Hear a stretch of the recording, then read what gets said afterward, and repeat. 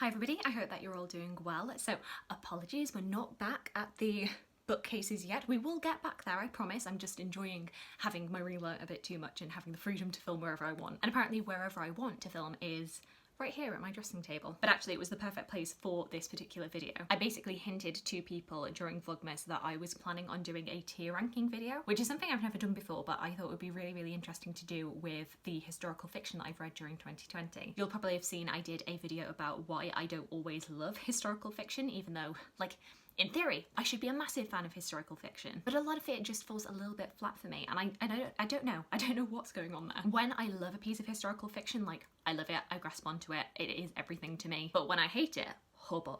So yeah, I thought this tier ranking video would be an interesting thing to kind of take stock of my historical fiction reading this year. I don't know, maybe you'll be able to pick out some themes with what I do and do not like in historical fiction. I'd also kind of hyped it up on Instagram by suggesting some books which I wasn't quite sure whether or not they were going to count as historical fiction. I had Mr. Loverman by Bennett, which I wasn't quite sure if it should be included because it has a little bit of a historical element when they go back to Antigua in the, I think it's the 1950s, 1960s, but there's also a modern day element, which is where the majority of the book takes place, is in 2010. I also read My Year of Rest and Relaxation by Natasha, which I was really unsure about because it takes place in 2001. So there's kind of an argument of maybe that can count as historical fiction because it was 20 years ago, it is historical. But overwhelmingly people said no to that as historical fiction, so I'm not going to include it. I'm not including classics on this, so even though I did read Middlemarch, which could in its time period be counted as historical fiction because it's written in the 1860s talking about the 1830s, I'm not including it just for clarity's sake. Anything that's kind of like a mix of historical fiction but also fantasy I'm not including, so things like The Binding are not included. Books which jump between contemporary and recent history are not being included, like Mr. Loverman, and rereads that I did this year, like The Song of Achilles and The Book Thief, are not included. This is just about the books that I read for the first time in 2020. So I'm just getting my tier ranking list up and now I need to work out the screenshot situation. I've done this before, but I've not had to use it like whilst I'm filming, so fingers crossed we're okay. So how are you all? How was your new year? Did you get up to anything fun? Probably not. How am I doing this? Okay, so I need a new screen recording. There we go. And I want to get this done quickly because I don't want this to take too much space on my laptop. I had a whole mare yesterday, which was the 31st of December, because I went to export my best books of the year video and my laptop said, no, we can't do that because you've only got 2 GB of memory left. And I was like, what? Lo and behold, I discover that the bloopers video that I'd been like contributing little clips to was holding on to about 50 GB of memory because it was saving the entirety of all of those videos, all of the raw footage of those videos, to which I was probably using like a 5-second clip for each one. So I ended up deleting that bloopers video. I know there is a way of getting around that, but it actually wasn't that good a blooper video, so it's fine. Nothing has been lost. I don't know which side I'm meant to be on, this side?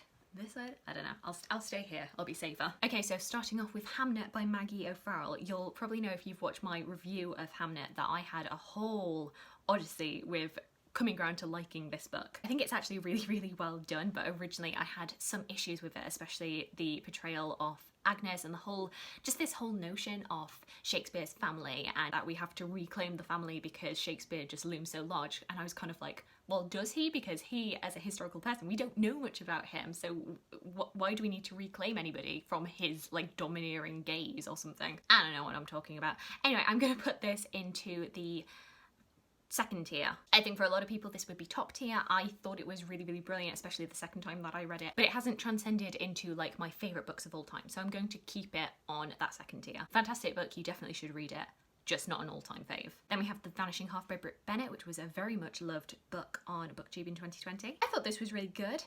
Once again, not one of my all-time favourite ones.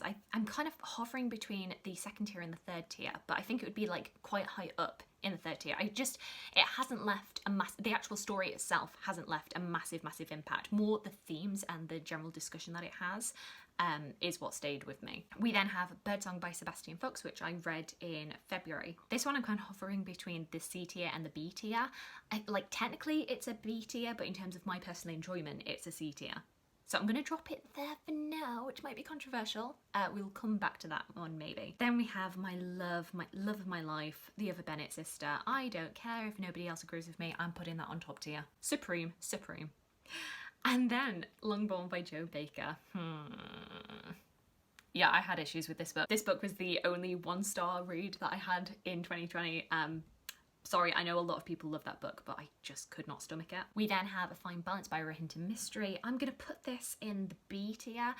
In terms of like its personal impact on me, not really very high, but I can definitely tell it was a fantastic book. The Outcast of Time by Ian Mortimer. I did a whole little separate review of this. I'm going to put this in the A tier. I feel like it's definitely one that I enjoyed. I don't know how much other people would, but like personally it stayed in my brain, and I feel like I've mentioned it like every other video. So definitely if you are into your historical fiction, if you like time travel especially, or if you're just looking for a book that deals with a pandemic, because this talks about the Black Death, and the whole premise is that they're escaping from the Black Death and they go to different time periods. Yeah, brilliant, really enjoyed it. Wolf Hall by Hilary Mantell. Now we know I love the Thomas Cromwell trilogy, but I'm gonna put Wolf Hall at the top of the A list just because the other two books I do think are better. But if you haven't read Wolf Hall yet, like, get to it. It is so good. And also, if you are struggling with the Wolf Hall trilogy, I'd really highly recommend listening to the audiobooks.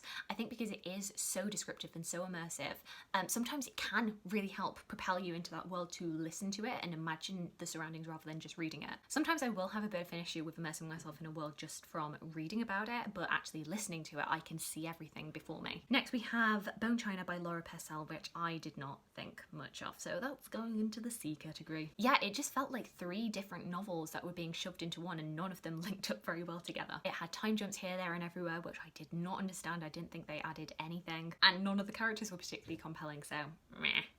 Beautiful cover though. We then have The Animals at Lockwood Manor by Jane Healey, which, beautiful cover, but I'm gonna put it in C tier. I've been seduced by quite a few pretty historical fiction covers this year, and almost never worth it. Charlotte by Helen Moffat. I quite enjoyed this. I didn't enjoy it quite as much as the other Bennett sister, but definitely if you are into your Jane Austen, Pride and Prejudice retellings, definitely check this out. This is the story of what happened to Charlotte Lucas after she married Mr. Collins. And yeah, it's really, really interesting, especially if you were disappointed in the representation of Charlotte Lucas in the other Bennett sister. This will probably be like a nice balm for you. And then The Mirror and the Light by Hilary Mantell. Oh, God tier, absolutely love this book. Everybody says that it's way too long. I highly disagree. I think it is exactly the length that it needs to be. And I just cannot believe that Hilary Mantell got me crying over Thomas Cromwell. Thomas Cromwell. She should have been given all of the awards, and she should have had that Man Booker hat trick. Next up we have The Foundling by Stacy Halls, which I'm kind of hovering between B tier and C. Okay, I'm gonna go C tier because it's not really stuck with me. Another beautiful cover that seduced me in, and then I didn't really end up liking the story all that much. I do have The Familiars by Stacy Halls though, so I'm not giving up on this author. And I know Shah especially really loved The Familiars, so I'm holding out hope. But yeah, I just thought The Foundling was kind of bland. I didn't think it was really strong in terms of plot or characters. The Good People, another one that is going into the C tier. I'd probably put it next to Birdsong though, in terms of how good it is. I think between reading Hamnet, The Good People and Bone China, I got really burnt out on this witchy wise woman trope. Like, the witchy wise woman in The Good People is definitely like a key part of the plot, like she's meant to be there for a reason, but you can get a trope too many times that even like a good representation of it can just be too much. Do let me know what you thought of Burial Rites, because I'm not like deterred from reading Hannah Kent, but I've never been that interested in Burial Rites. But let me know, I could change my mind on that. Bring Up the Bodies by Hilary Mantell, top tier again. And of course I was gonna like this. This is all about Anne Boleyn's downfall, so yes, my queen. The Silence of the Girls by Pat Barker I'm going to put into a B tier. Like, Silence of the Girls is good. I'm glad that I read it. I just think I had Song of Achilles in my head the entire time. I much prefer the characterization in Madeline Miller than I do in Pat Barker's version of the Trojan War. And I thought for something that was called The Silence of the Girls, they seem to focus on one girl in particular, that being Briseis, whereas, you know, you'd think you get more of a contribution from the other Trojan women. In that regard, I feel like A Thousand Ships by Natalie Haynes actually does a much better job of portraying the women of the Trojan War. Next we have The Watchmaker of Filigree Street by Natasha Pulley. I know a lot of people like this, and like some of it was intriguing and some of it wasn't. Okay, I'm gonna put it at the end of the B tier, but it could have been in C tier. It's not stuck with me. It was interesting at first, but We then have Brooklyn by Colm Tobin. I'm going to put this at the top end of the B tier. I actually really enjoyed this, and I love the film with Saoirse Ronan. I don't think on a technical level it is quite as good as the books that are above it, but definitely in terms of my personal enjoyment. This was actually one of the first books that I read following lockdown.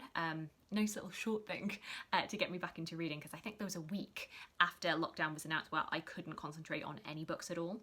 So this kind of brought me back. It was nice. Miss Austen by Jill Hornby. I maybe need to reread this, but when I read it originally, I just wasn't into it. I just found it kind of dull, and like, it's Jane Austen, it's about her life, it's about her sister. I should have found it interesting, especially, once again, another one where the cover seduced me. But then it was the cover and the content, you know, I love Jane Austen, but maybe I'll reread it and it'll do better. And actually, whilst we're here, I'm going to put Bone China down to the D tier because no, I didn't like it. I didn't like it. But I also don't think that the books on C tier are quite as bad as Bone China was for me, so that feels a bit more fair and balanced. The penultimate book on here is Silver Sparrow by Tigary Jones, which I am going to put into the A tier. It's funny because the story hasn't stuck with me greatly. Like, I don't find myself thinking about Silver Sparrow, but whenever I see it, I'm like, oh god, that was a good book. That was a really good book. I definitely want to read more by Tigary Jones if there's anything that is available, because it seems like the focus has been on An American Marriage and then on this, and I think maybe they're slowly going to bring out more of her backlist books. I definitely hope they do, because I think she's a fantastic writer and I think she writes characters so well. And then finally, The Book Collector by Alice Thompson, which I'm going to put it in the middle of the C tier. It was fine, it did its job.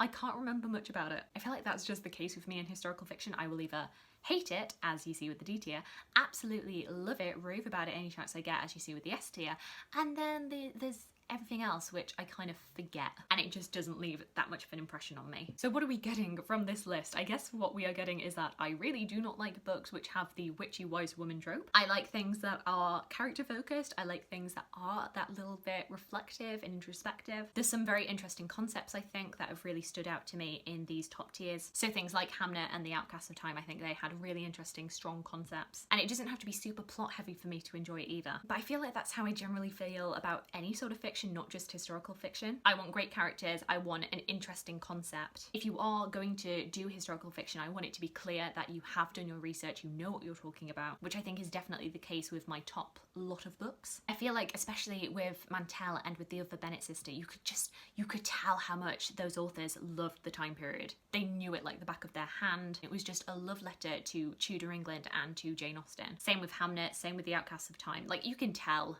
these authors know what they're doing. Whereas I feel like some of the books that are further down, there's a bit of a clumsiness with their historical interpretations. I feel like books like Bone China, or even The Watchmaker and Filigree Street, where it feels like there are some interesting concepts that the author wanted to kind of pull together, but they just didn't get it quite right. It didn't all tie in very nicely. So you get to certain sections of those books and you feel like you're reading like multiple different books that are not all pulled in and tied up together. And I know I've already talked about like characters and relationships, but each of the characters I think in my top books, they're all very distinct. They don't all kind of blend in with each other, which I feel like for some of these lower ones, I just couldn't tell any of these people apart. I couldn't really tell their relationship to each other. It just wasn't very clear. And I also don't like it when you're doing a Jane Austen reimagining and you completely distort the original characters. Longbourn, I'm looking at you. Okay, so that's my little rambly little vlog of me tier ranking the historical fiction that I read this year. Do let me know what you thought about my rankings. Let me know your thoughts on any of the books that I've read and any that you might recommend to me. I'd love to hear about the historical fiction you yourself have read over this year. What were some of your favourites? I'd love to hear from you. I hope you're having a fantastic, fantastic day, and I look forward to talking to you again soon. Thanks. Bye!